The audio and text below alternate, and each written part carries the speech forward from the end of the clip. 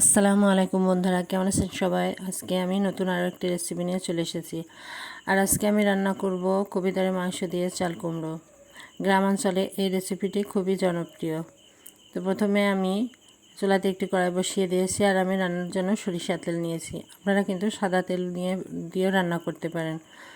তো সরিষার তেলের ভিতরে আমি একটু পেঁয়াজ দিয়েছি।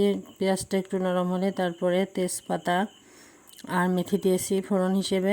এরপরে আমি বাটা মশলা দিয়েছি রসুন, পেঁয়াজ, জিরা, দারচিনি, এলাচ আমি একসঙ্গে মিহি করে বেটে নিয়েছিলাম। তারপরে আমি শুকনো মরিচের গুঁড়ো, লবণ, হলুদ দিয়ে একটু পানি দিয়ে দিয়েছি যাতে মশলাটা লেগে না যায় নিচে।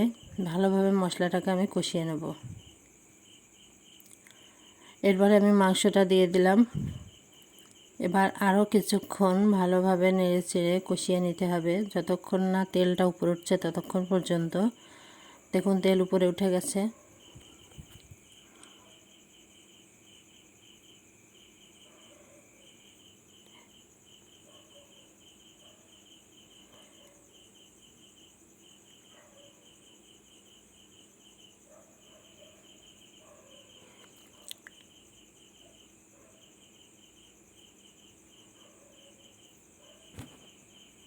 এবার আমি এই পানিটা দিয়ে দিলাম। এই পানিটা শুকানো পর্যন্ত অপেক্ষা করব।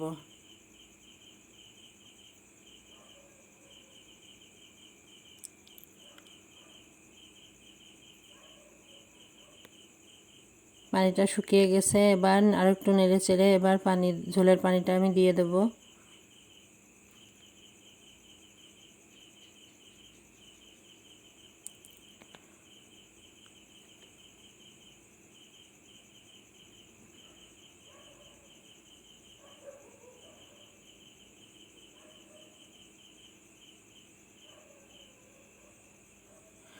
আমার তরকারিটা প্রায় রেডি হয়ে গেছে।